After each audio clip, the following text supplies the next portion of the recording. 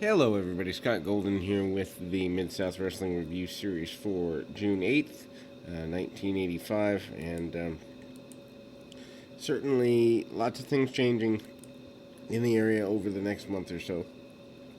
And without a doubt, Bill Watts coming back to in ring action, at least, seems to be one of the things that's changing. I think this is the build to Bill Watts and the Freebirds later in the year, because the Freebird, Michael Hayes, is prominent, or at least added in this month. Shoulder tackle by Watts against the Bruiser. Bruiser is a masked individual. Watts, probably in his late 40s, early 50s here. Crossbody with the Bruiser in the ropes, and then an Oklahoma Stampede style maneuver, and then a win by Bill Watts. I don't know that I'm necessarily a fan of this being something they're doing in 1985. It almost feels like it's a desperate maneuver or something, that's kind of uncomfortable. Maybe it was. Anyway, Duggan waits for Kamala, basically says all he wants to fight is Kamala, doesn't really care about anything else. Still wearing, part of the damage to his head and whatever from previous attacks and all of that. DiBiase and Dr. Death versus Brown and Armstrong. One thing I like about Ted DiBiase and Dr. Death is the nature of what is here, in the sense of ultimately, actually, just going back, Duggan spent several minutes waiting, and we kind of do see footage from the Superdome a week before, and Duggan, kind of is featured there, and various other Superdome matches are here. Kind of a dark nature to things. They kind of do a highlight package, so nothing really big to report. But back to DiBiase and Brown. DiBiase and Brown, pretty big thing here is that they tend to be the type of talents who manage to, for lack of a better term, make good talents out of mediocre ones. They raise people to their level. Skandar Akbar again endorsing his affiliation with them, endorsing his affiliations overall. He also has a few people debuting this week. Needless to say, DiBiase pretty aggressive with Brown and shots in the corner, among other things. Brett Armstrong manages a backdrop and a series of drop kicks. DiBiase bumping around for him. Of course, Brad Armstrong, a former North American champion. It's interesting because you would think he would have had the tag team run before the North American Championship run, but that is not the way they go here. They seem to be holding on to Brad Armstrong as a guy who they kind of works backwards. Stun gun by DiBiase, breaks things down. Clothesline by Williams, by Brown on DiBiase off a bit of a hot tag there. And I will be right back as the need to get my phone is present. Incoming Keen Chat request. Incoming Keen Chat. And again, Williams tries with several shots. They're always tend to be aggressive shots. Meanwhile, Williams with a backbreaker on, or Ted DiBiase with a backbreaker on Brown. Williams comes back in. Interesting to see him in white tights. He actually looks a little wider without the collegiate style gear on. And then we see Armstrong brawling around with DiBiase, trying to get a bump off there. All four guys in the ring, and in Clearinghouse, DiBiase tends to take over. DiBiase has been one of the biggest, I guess you'd say, natured individuals of this entire Mid-South run that we've done here. Clothesline and kind of a tackle by Steve Williams. DiBiase kind of pulling Armstrong into the middle for the figure four. 1, 2, 3.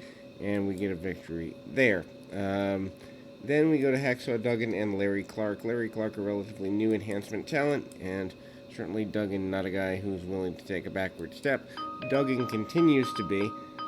a guy who, Incoming at team the end chat of the day, request. is ultimately getting Incoming team chat request. where he wants to get to. Several shots by Duggan and a couple Irish whips. He's still wrapped up in his in the nature of his kind of head bandages. Meanwhile, DiBiase comes in and Duggan brawling with just about everybody. Williams comes in, and there's really not much to the match. I mean, literally, it's a bit of a brawl. DiBiase comes in and the 2-on-1 on Duggan. The Duggan DiBiase thing coming back to it, almost 4 years later, is, well, maybe not that long, 3 years later. Anyway, Bill Watts comes in, cleaning house on that whole thing with a steel chair in hand. Watts continuing to be a major force. Nightmare and Mike Nicholas. Obviously, the Nightmare is still your North American champion. Eddie Gilbert is his manager, handler, whatever terminology you want to use. Nicholas is a relative newcomer, does not seem to last very long. Nightmare manages several shots, actually sends his opponent to the outside of the ring, bear hug by the Nightmare. Nightmare does not want to waste any unnecessary time. Cranks on the arm, stays on the arm, and the Nightmare is certainly a guy who a lot of people don't like to see in this particular role because he hasn't, a lot of people would say he hasn't earned it. However, big pile driver on the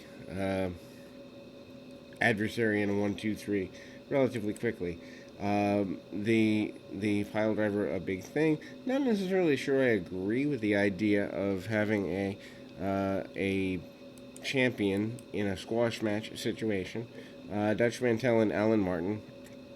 Mantell's been here, kind of a little bit lacking direction, a little bit here. He's done the Memphis thing for a while. Coming to Mid-South, he's here for several months. He does get more of a direction later in this month, but kind of brawling, forearms, punch, kick, very basic stuff. I always found Mantell to be better on the mic than he was in the ring, although I haven't seen the majority of his Memphis stuff, so maybe that's just a bias for the little bit I've seen. Big clothesline by him in the, right in the face, and then the front drop suplex.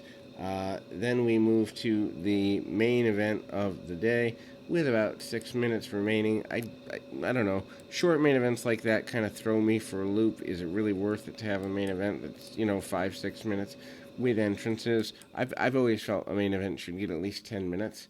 That's just a personal preference. But the Fantastics returning to the area. I think this is their third time through. I think that's right. But Fulton and Rogers, pretty big guys here. I think they stay for maybe, I don't want to say necessarily the end of Mid-South, but they stay for a while here because I know they're here in the UWF days, which I think begin in '86.